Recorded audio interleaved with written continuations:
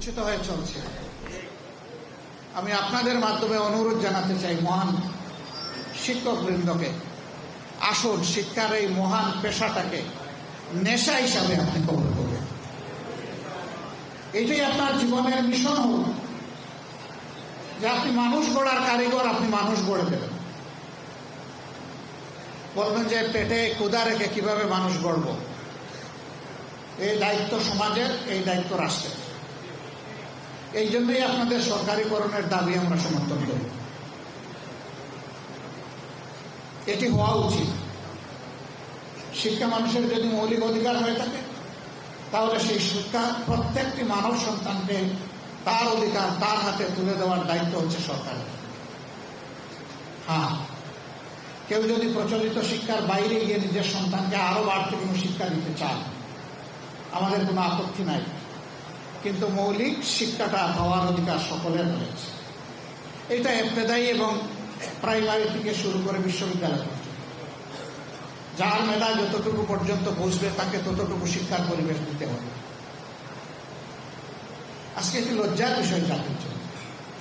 শিক্ষকরা থাকবেন শিক্ষা প্রতিষ্ঠানে, তারা এসে রাস্তায় দাবি তুলবেন যে আমাদের এই ন্যায্য দাবিগুলো আপনারা মেনে নিন, সরকার মেনে নিন, অর্থাৎ ছাত্ররা মেনে নিন। এটা নিঃসন্দেহে জাতির জন্য কষ্টের এবং লজ্জা, তার সঙ্গত অবসান হওয়া উচিত।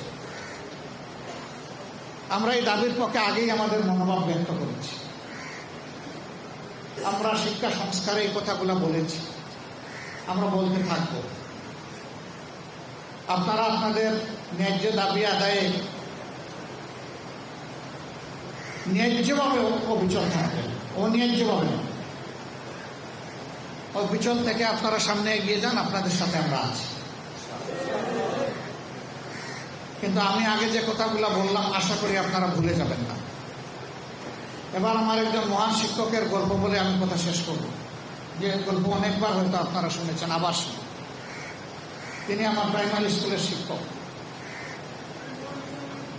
চতুর্থ শ্রেণীতে পড়া অবস্থায় অর্ধবার্ষিক পরীক্ষার বই তিনি এসেছিলেন।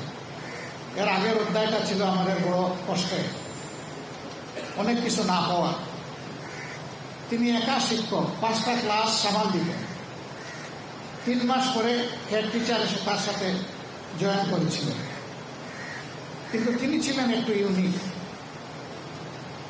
তিনি চ্যালেঞ্জ হিসাবে নিয়েছিলেন যে তিনি কিছু সন্তান বানাবেন। তিনি তখনও বিবাহিত ছিলেন না। তিনি স্কুল শুরুর সময় ঠিক মতোই আসতেন, কোনোদিন তাকে আমরা দেরি করতে দেখিনি। পুরা সময় শিক্ষা দিয়ে তিনি আগের দিনই একটা বাড়িতে নিজের থেকে দাওয়াত নিতেন। যে কোনো ছাত্রকে বলতেন যে আগামীকাল